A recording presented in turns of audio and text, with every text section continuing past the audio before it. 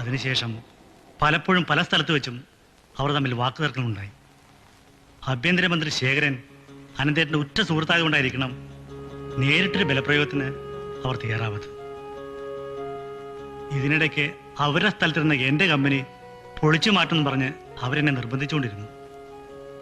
അനന്തേട്ടനായിരുന്നു ആകെ എനിക്കൊരു ധൈര്യം. പെട്ടെന്നാണ് സംഭവമാകെ തിരിഞ്ഞു മറിഞ്ഞത്. ആഭ്യന്തരമന്ത്രി ശേഖരൻ രാജിവെക്കും എന്നൊരു ശ്രുതി പരന്നു. അത് അവർക്കൊരു ധൈര്യമായി. ഏതോ കാര്യത്തിന് അനന്തേട്ടനും മന്ത്രിയും കൂടി ബാംഗ്ലൂർക്ക് പോയപ്പോൾ ചേക്കുടി മാത്യുവും ചെറിയാനും എന്നെ കാണാമെന്ന്. ഈ കമ്പനി പൊട്ടിയാൽ എന്റെ കുടുംബവും ഇവിടുത്തെ ജോലിക്കാരും പട്ടിണിയായി പോകും. അപ്പൊ നീ ഒഴിയില്ലടാ? അനന്തേട്ടൻ എന്നോട് ഒഴിയണ്ടെന്ന് പറഞ്ഞിട്ടുണ്ട്. അനന്തനാണോ ഞങ്ങളുടെ സ്ഥലത്ത് ഒഴിയണ തീരുമാനിക്കുന്നേ? അനന്തേട്ടൻ പറയാതെ ഞാൻ ഇവിടെ ഒഴിയില്ല. നീ ഒഴിയില്ലടാ.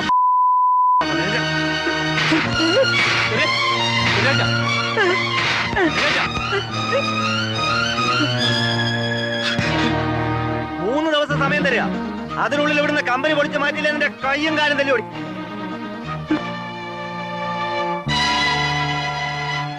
പോകാം.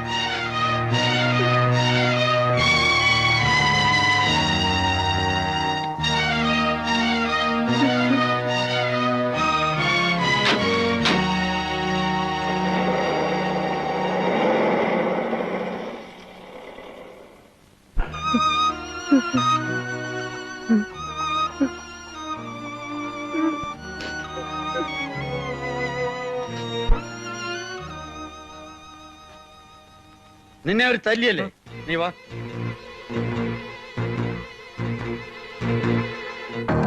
മാത്യു, ശരിയാണേ?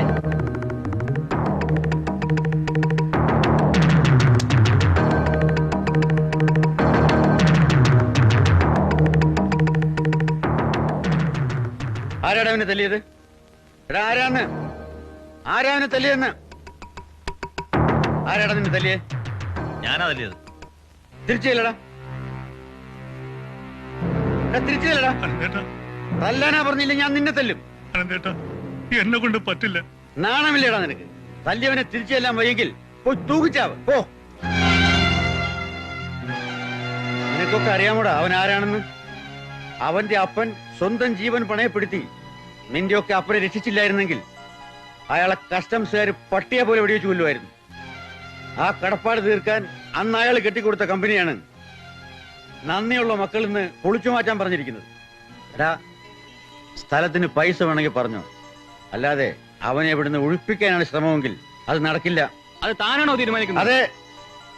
അങ്ങനെ അവനെ അവിടുന്ന് ഒഴിപ്പിച്ചിട്ട് അവിടെ മണിമാളിക പണിയാൻ ഉദ്ദേശമുണ്ടെങ്കിൽ അത് നടക്കില്ല. ഇനിയും നിങ്ങൾ അവനെ ഏതെങ്കിലും വിധത്തിൽ ഉപദ്രവിച്ചു ഞാൻ അറിഞ്ഞാൽ സംഗതി വഷളാവും. താൻ ആരെയാടോ ഭീഷണിപ്പെടുത്തിട്ട് പോന്നേ? താൻ ആരാവുക? ഒരാഭ്യന്തരമന്ത്രി പോകലുണ്ടെന്ന് വിചാരിച്ച് കൂടുതൽ നേളിക്കരുത്. താൻ നേരത്തെ ഒരുത്തനെ കൊണ്ട് വന്നല്ലോ എന്നെ തല്ലാൻ. എന്നെ തല്ലിയ ജീവിട്ടിട്ട് വന്നാലേ പോകാൻ തോന്നുന്നുണ്ടോ? താൻ നേരെങ്ങും മുട്ടുകാലത്ത് എനിക്ക് എഴേണ്ടി വരും. മനസ്സിലാകണോ കിഴവാ എനിക്ക്?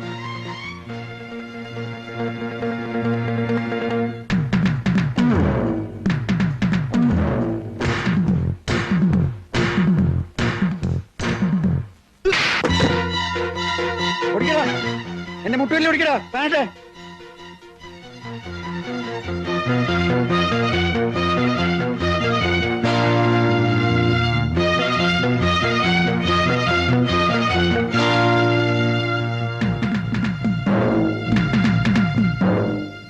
ആ സംഭവം നടന്ന് 2 ദിവസം കഴിഞ്ഞപ്പോൾ ആഭ്യന്തരമന്ത്രി ശേഖരൻ രാജിവെച്ചു. പുതിയ ആഭ്യന്തരമന്ത്രി ചേക്കുടിക്കാരുടെ ബന്ധുക്കാരൻ അബ്രഹാം വർക്കിയുടെ പാർട്ടിക്കാരനും സ്വന്തം ആളുമാണ്. 2 ദിവസം മുമ്പ് രാവിലെ അനന്തേട്ടൻ്റെ ഡ്രൈവർ വന്ന് പറഞ്ഞു അനന്തേട്ടനെ പോലീസ് അറസ്റ്റ് ചെയ്യാൻ വന്നിട്ടുണ്ടെന്ന്. ഞാൻ കേട്ട പാടെ ഓടി.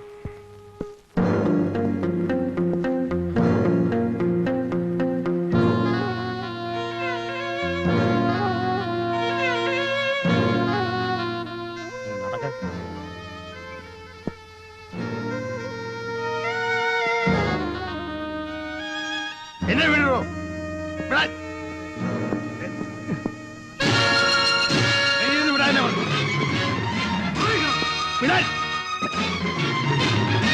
കൊണ്ടുപോയത്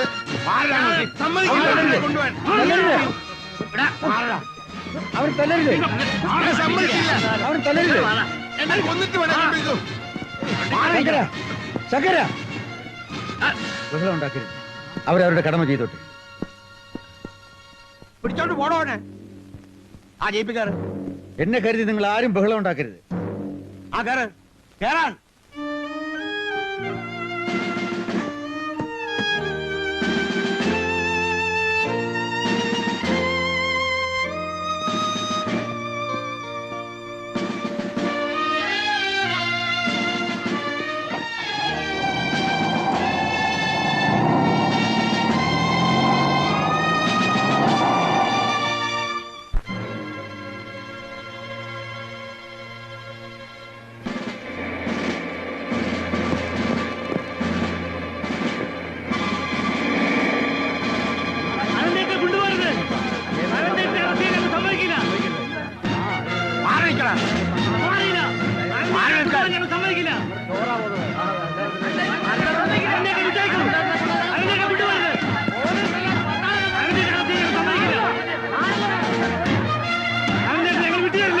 മര്യാദയ്ക്ക് മാറി നിൽക്കാനാണ് പറഞ്ഞത്. ഒരിക്കലും കൂടെ അരങ്ങേറ്റം അറസ്റ്റ് ചെയ്യാൻ സമ്മതിക്കില്ല.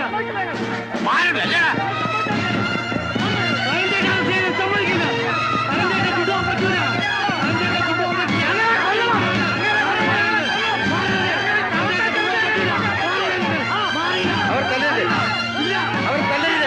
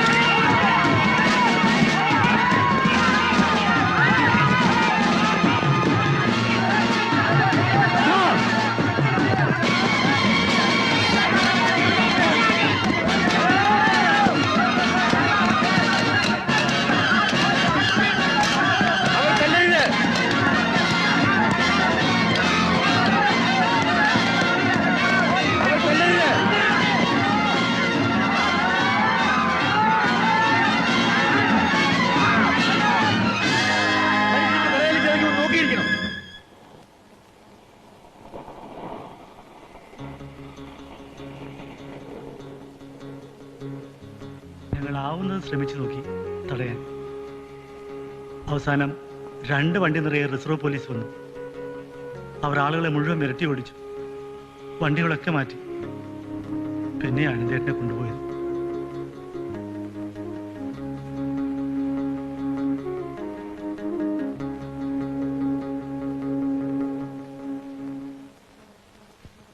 ഇപ്പോൾ ഒരു കാര്യം വ്യക്തമായി, അറസ്റ്റിന്റെ പുറയിൽ പൊളിറ്റിക്കൽ ഇൻട്രസ്റ്റ് ആയിരുന്നു എന്ന്. അപ്പോൾ പ്രത്യേക ചാർജൊന്നും ഉണ്ടാവില്ല, പ്രിവെന്റീവ് ഡിറ്റൻഷൻ ആയിരിക്കാം. ധൃതി വെച്ചിട്ട് കാര്യമില്ല, ചിലപ്പോൾ ഹൈക്കോർട്ടിലോ സുപ്രീം കോർട്ട് വരെ പോകേണ്ടി വരും. എന്നാലും വേണ്ടില്ല സാർ, അച്ഛനെ എങ്ങനെയെങ്കിലും പുറത്തിറക്കണം. ഞാൻ ശ്രമിച്ചു നോക്കാം. ഇൻ ദി മീൻ ടൈം പൊളിറ്റിക്കലായിട്ട് ശ്രമിക്കുന്നതായിരിക്കും കുറച്ചുകൂടി നല്ലത്. ഇഷ്ടമില്ലാഞ്ഞിട്ടല്ല, എനിക്കിവിടെ ആരെയും പരിചയമില്ല സാർ. ലോക്കൽ MLA അച്ഛന്റെ അടുത്ത സുഹൃത്താണല്ലോ. അയാൾ ഭരണകക്ഷിയുടെ ആളുമാ. ഒന്ന് ശ്രമിച്ചൂടെ? ആഹാ, അത് ശരി. അത് ഞാൻ അറിഞ്ഞില്ല. ഏയ് വേണ്ട വേണ്ട, ഞാൻ വിളിച്ചെന്ന് മിനിസ്റ്ററോട് പറയേ വേണ്ട. അതെ, കാര്യങ്ങളെല്ലാം ഞാൻ നേരിട്ട് സംസാരിച്ചോളാം. ആ, ആളെ അറിയാം, അതുകൊണ്ട് ചോദിച്ചെന്ന് മാത്രം. ആ ശരി, വെക്കട്ടെ. ഓ,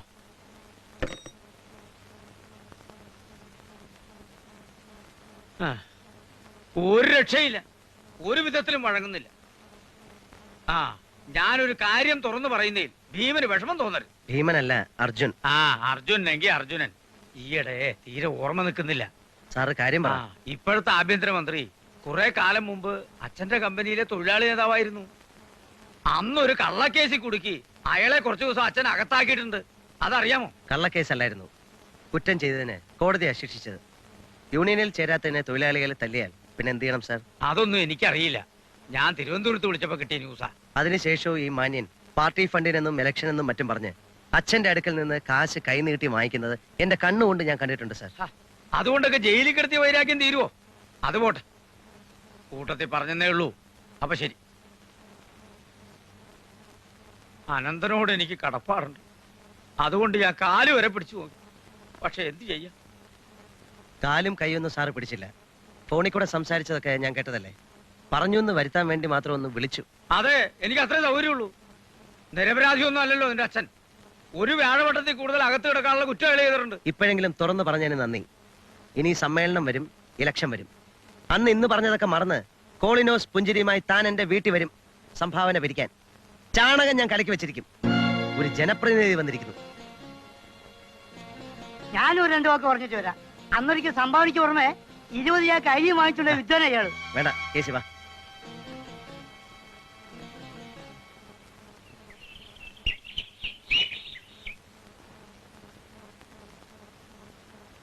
ഇന്റു വന്നിട്ട സ്ഥലത്തൊക്കെ അനന്ത സാറിനെ കൊണ്ട് ഒപ്പിടിക്കണം. അർജുന്റെ പേർക്കുള്ള പവർ ഓഫ് അറ്റോണിയാ. ഇന്ന് തന്നെ കിട്ടില്ലേ? ഞാൻ തന്നെ പോ. ആ പിന്നെ മഹാലക്ഷ്മി ട്രാൻസ്പോർട്സിന്റെ ലെഡ്ജറും ക്യാഷ് ബുക്കും ജേണലും ഇന്ന് തന്നെ ഓഫീസിലെത്തിക്കണം. അതിന്റെ റിട്ടേൺസ് ഫയൽ ചെയ്യേണ്ട സമയമായി. ആ ഇൻകം ടാക്സിന്റെ ഹിയറിംഗ് കുറച്ച് ദിവസത്തെ കൂടെ നീട്ടിക്കൂടെ? കാര്യം പറഞ്ഞാൽ ഓഫീസർക്ക് മനസ്സിലാവും. ഇൻകം ടാക്സിന്റെ ഓഫീസർ പുതിയ ആളാ. ഞാനൊന്ന് ശ്രമിച്ചു നോക്കാം. ശരി, ഞാൻ ഇറങ്ങട്ടെ. ഇത്തിരി തിരക്കായതുകൊണ്ടാ. ഞാൻ സൗകര്യം പോലെ അനന്ത സാറിനെ പോയി കണ്ടോളാം. വരട്ടെ. ഓഡിറ്റർ സാറോ, എന്തൊക്കെയുണ്ട് വിശേഷങ്ങൾ? അങ്ങനെ പോകുന്നു. ആരാ പുതിയ ഇൻകം ടാക്സ് ഓഫീസർ? കൊച്ചുവർക്കി, ഇതാ അറിയോ? പിന്നെ അസലായിട്ട് അറിയും. കോട്ടയത്തുകാരനല്ലേ? അതെ. പറഞ്ഞാ ഇവരും അറിയും. നമ്മുടെ കിഴക്കേപ്പുറത്തെ തോമയില്ലേ, അയാളുടെ മകന്റെ. ശങ്കരേട്ടാ. മിസ്റ്റർ അർജുൻ, ആളെ ശങ്കരേട്ടൻ അറിയാമെങ്കിൽ ഹിയറിംഗ് എക്സ്റ്റെൻഡ് ചെയ്യാൻ ശങ്കരേട്ടൻ നേരിട്ടെന്ന് പറഞ്ഞാൽ പോരെ? ഞാൻ പറയാം. എന്റെ പൊന്നു സാറേ, ഈ ശങ്കരേട്ടൻ വിചാരിച്ചാൽ ഏത് കാര്യവും കുളമാക്കാനല്ലാതെ ഒരു കാര്യവും നടക്കില്ല. അതുകൊണ്ട് സാറ് നേരിട്ട് പറഞ്ഞാൽ മതി. എന്ത് കാര്യമാ പറയാവോ നേരത്തത്? ആർക്കറിയാം. പുറത്ത് ഹോസ്പിറ്റലിന്റെ കോൺട്രാക്ടർ വെയിറ്റ് ചെയ്യുന്നുണ്ട്. ഓ, അത് ഞാൻ മറന്നു.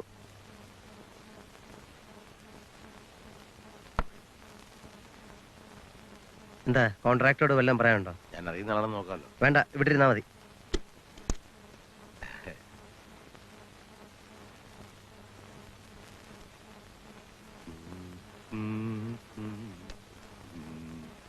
ഒരാഴ്ചയായി പണി നിർത്തി വെച്ചിട്ട്. ഇനി എന്ത് വേണമെന്ന് ഇവിടുന്ന് പറഞ്ഞിട്ട് വേണം തീരുമാനിക്കാൻ. എന്തിനാ അച്ഛനെ നിർത്തിവെക്കുന്നത്? പണി നടക്കട്ടല്ലേ? അങ്ങനെയല്ലേ അച്ഛൻ പറഞ്ഞത്? അതെ. എന്നാ തിങ്കളാഴ്ച തുടങ്ങാം. പിന്നെ എന്താ? ഒരു ലോഡ് സിമന്റ് ഇറക്കണമായിരുന്നു. എത്ര രൂപ വേണം? ഒരു 25,000 രൂപ കിട്ടിയാ കൊടുക്കാനല്ലേ? കൊടുക്കാം. അക്കൗണ്ടന്റ് ഒന്ന് വന്നോട്ടെ. ബാങ്ക് വരെ പോയിരിക്കുക. തിരക്കില്ല, ഞാൻ ഉച്ചയ്ക്ക് ശേഷം വരാം. ശരി.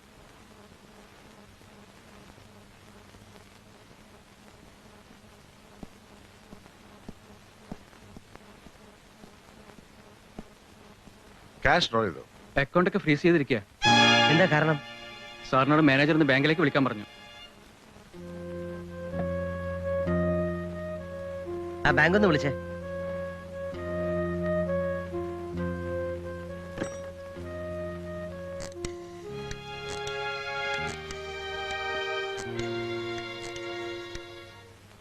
ഹലോ, ബാങ്കല്ലേ? മാനേജരെ ഒന്ന് വേണമായിരുന്നു. ഓ, ഹലോ, ഞാൻ അർജുൻ, അനന്തന്റെ മകനാ. ഉവ്വ്, അക്കൗണ്ടന്റ് പറഞ്ഞു. എന്താ സാർ കാര്യം? എൻഫോഴ്സ്മെന്റും കസ്റ്റംസ് ആൻഡ് സെൻട്രൽ എക്സൈസോ? സാർ, ഒരു മുന്നറിയിപ്പും കൂടാതെ ഇങ്ങനെ? ശരി സാർ, ശരി, ഞാൻ വരാം ഉച്ചയ്ക്ക് ഓഫീസിൽ.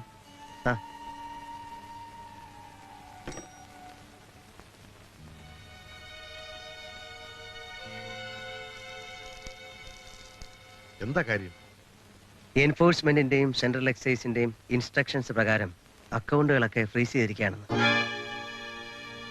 ഇനിയിപ്പോ എന്ത് ചെയ്യാ ആശാനെ? എനിക്ക് അറിഞ്ഞുകൂടാ കുഞ്ഞ്. ശമ്പളം കൊടുക്കണം, പിന്നെയും കിടക്കുന്നു 100 കൂട്ടം ചെലവുകൾ. ആ പണിക്കരെടുത്തുനിന്ന് കുറച്ച് ലോൺ എടുത്താലോ? ഏത് പണിക്കരെ? അച്ഛന്റെ ഒരു പരിചയക്കാരനാ. വല്ലപ്പോഴും വളരെ അത്യാവശ്യം വരുമ്പോ അയാളെ സഹായിക്കാറ്. അച്ഛനോട് ഒരു വാക്ക് പോലും ചോദിക്കാതെ? അല്ല, ഞാനിപ്പോ പോകുന്നുണ്ടല്ലോ ഇത് ഒപ്പിടിക്കാൻ. അപ്പൊ ചോദിച്ചിട്ട് വരാം. പക്ഷെ ഒടുക്കത്തെ പലിശയുടെ പലിശ 60%, അതായത് 105 രൂപ. 105 രൂപയോ? അതെ. അത് വളരെ കൂടുതലാണല്ലോ പണിക്കരെ. അനന്തനാണെങ്കിൽ ഞാൻ പറയില്ല, പറയാതെ തന്നെ പുള്ളി തരും. മാർക്കറ്റ് റേറ്റ് അനന്തൻ അറിയാം. മോൻ വരുന്നത് ആദ്യം ആയതുകൊണ്ടാ ഞാൻ പറഞ്ഞത് തന്നെ. അച്ഛനെ, അച്ഛൻ എന്ത് പറഞ്ഞു? അത്യാവശ്യമാണ് വാങ്ങാൻ പറഞ്ഞു. പലിശയുടെ കാര്യമൊന്നും പറഞ്ഞില്ല. എത്ര ദിവസത്തിനകം തിരിച്ചു തരണം? എത്രയും വേഗം തരുന്നോ അത്രയും നല്ലത്. അല്ലെങ്കിൽ വെറുതെ പലിശ കൂടും. എത്ര വേണ്ടി വരും? എത്ര വേണം? ഒരു 50 മതി. ചോദിച്ചു. തൽക്കാലം ഒരു 50 മതി. ഓഹോ, ഞാനിപ്പോ വരാം. അങ്ങനെ ബാങ്ക് അക്കൗണ്ടും ഫ്രീസ് ചെയ്തു. ഇനി എന്താണ് ചേട്ടാ അടുത്ത പരിപാടി? അതൊക്കെ ഉണ്ടോ. മഹാലക്ഷ്മി ട്രാൻസ്പോർട്ട്സ്. ആ ചെറിയാൻകുട്ടി, നീ ആ ട്രാൻസ്പോർട്ട് കമ്മീഷണർ ഒന്ന് വിളിച്ചേ. എന്താ കാര്യം? അതൊക്കെ പറയാവിടാ, വിളിക്കേ.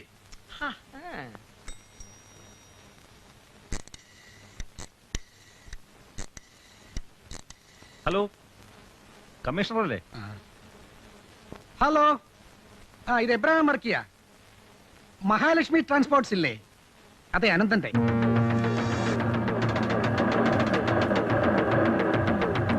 Stop stop stop.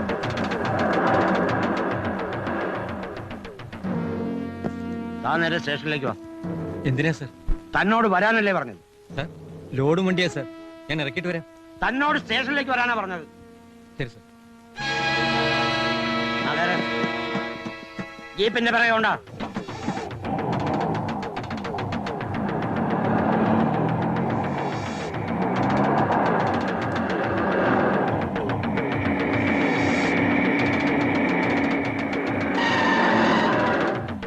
വണ്ടി സ്റ്റേഷനിലേക്ക് വിടണം.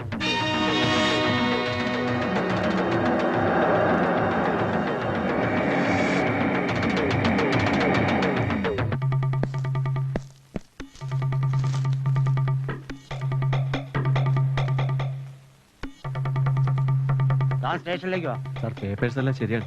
അതൊന്നും താൻ അറിയണ്ട, സ്റ്റേഷനിലേക്ക് വാ. ശരി സാർ.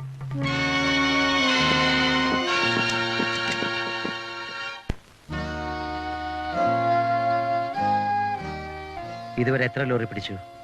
5 എണ്ണം. പേപ്പേഴ്സ് ഒക്കെ ഉണ്ടായിരുന്നില്ലേ? എല്ലാം കറക്റ്റ് ആയിരുന്നു. പിന്നെ അവർക്കൊരു ലോറി പിടിക്കണമെങ്കിൽ കാരണം ഉണ്ടാക്കാനാണോ പാട്? എന്റെ വണ്ടി പിടിച്ചത് ഓവർ സ്പീഡാണെന്നും പറഞ്ഞാ. എന്റെ ലോഡ് മംഗലാപുരത്തേക്കുള്ളതാ. പാർട്ടി വണ്ടി കാണാതെ വിഷമിക്കും. വിളിച്ചു പറയാനുള്ള ഏർപ്പാട് ചെയ്യാം. നിങ്ങൾ പൊയ്ക്കോ, എന്തെങ്കിലും വഴി ഉണ്ടാക്കാം. ഇങ്ങനെ ആയാൽ എന്താ ചെയ്യുക ശങ്കരേട്ടാ? ആദ്യം ബാങ്ക് അക്കൗണ്ട് മരവിപ്പിച്ചു, ഇപ്പൊ വണ്ടി പിടിച്ചു. അടുത്ത എന്താണാവോ? ചേക്കുടി മകുടി യോജി തുടങ്ങി. അതിന്റെ ലക്ഷണം അതൊക്കെ.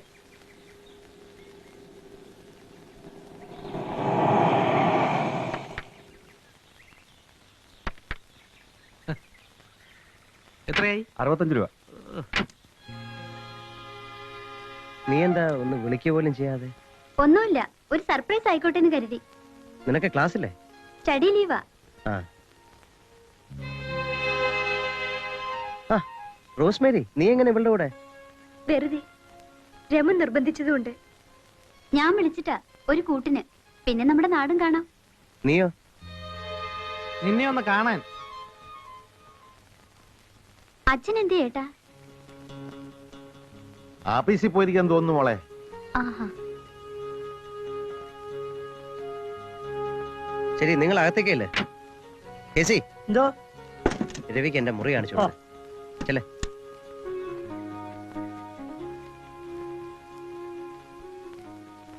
അവൾ അറിഞ്ഞ ആകെ പ്രശ്നമാകുമല്ലോ.